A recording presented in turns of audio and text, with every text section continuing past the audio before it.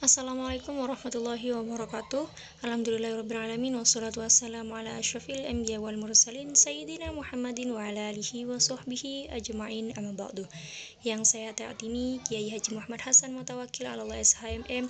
Yang saya hormati Rektor Universitas Islam Zainul Hasan Genggung Bapak Abdul Aziz wa BAMAG.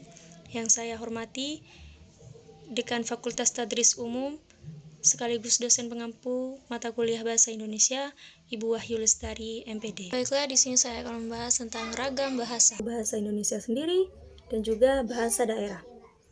Bahasa Indonesia lahir sebagai bahasa kedua bagi sebagian besar warga bangsa Indonesia.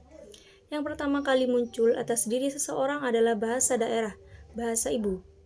Bahasa Indonesia baru dikenal anak-anak sekolah setelah mereka sampai pada usia sekolah atau taman kanak-kanak. Yang kedua, dipandang dari luas penyebarannya. Penyebaran suatu bahasa tentu ada hubungannya dengan penutur bahasa itu. Oleh karena itu, tersebarnya suatu bahasa tidak dapat lepas dari segi penutur. Yang ketiga, dipandang dari dipakainya sebagai sarana ilmu, budaya, dan susastra. Kemudian ada ragam lisan dan ragam tulis. Dari kedua ragam bahasa tersebut, perbedaannya adalah ragam lisan menghendaki adanya orang kedua, yakni teman bicara yang berada di depan pembicara, sedangkan ragam tulis tidak mengharuskan ada teman bicara yang berada di depannya. Kemudian, di dalam ragam lisan unsur-unsur fungsi gramatikal seperti subjek, predikat, dan objek tidak selalu dinyatakan. Kemudian unsur-unsur itu kadang-kadang dapat ditinggalkan, karena bahasa yang digunakan itu dapat dibantu oleh gerak, mimik, pandangan, anggukan, atau intonasi. Kemudian ada ragam baku dan tidak baku. Ragam baku itu memiliki sifat-sifat sebagai berikut, yakni mantap atau sesuai dengan kaidah bahasa, kemudian dinamis, tidak statis, atau tidak kaku. Kemudian yang ketiga ada cendekia. Ragam baku itu bersifat cendekia karena ragam baku dipakai pada tempat-tempat resmi. Kemudian seragam. Ragam baku bersifat seragam yang pada hakikatnya proses pembakuan bahasa adalah proses penyeragaman bahasa. Kemudian ada ragam baku tulis dan ada ragam baku lisan. Ragam baku tulis adalah ragam yang dipakai dengan resmi dalam buku-buku pelajaran atau buku-buku lainnya. Kemudian, bagaimana dengan masalah ragam baku lisan?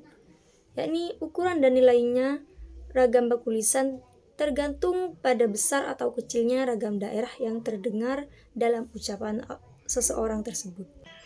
Ragam sosial yakni ragam bahasa yang sebagian norma dan kaidahnya berdasarkan atau kesepakatan bersama dalam lingkungan sosial yang lebih kecil dalam masyarakat. Sedangkan ragam fungsional yang kadang-kadang disebut juga sebagai ragam profesional, yaitu ragam bahasa yang dikaitkan dengan profesi, lembaga, lingkungan kerja, atau kegiatan tertentu lainnya. Yang terakhir ada bahasa Indonesia yang baik dan benar, yang mana pandangan yang diarahkan dari segi kaidah bahasa. Jadi sebuah kalimat atau sebuah pembentukan kata dianggap benar apabila bentuk itu memenuhi kaidah-kaidah yang berlaku. Seperti contoh, kuda makan rumput, ataupun rumput makan kuda. Seperti itu.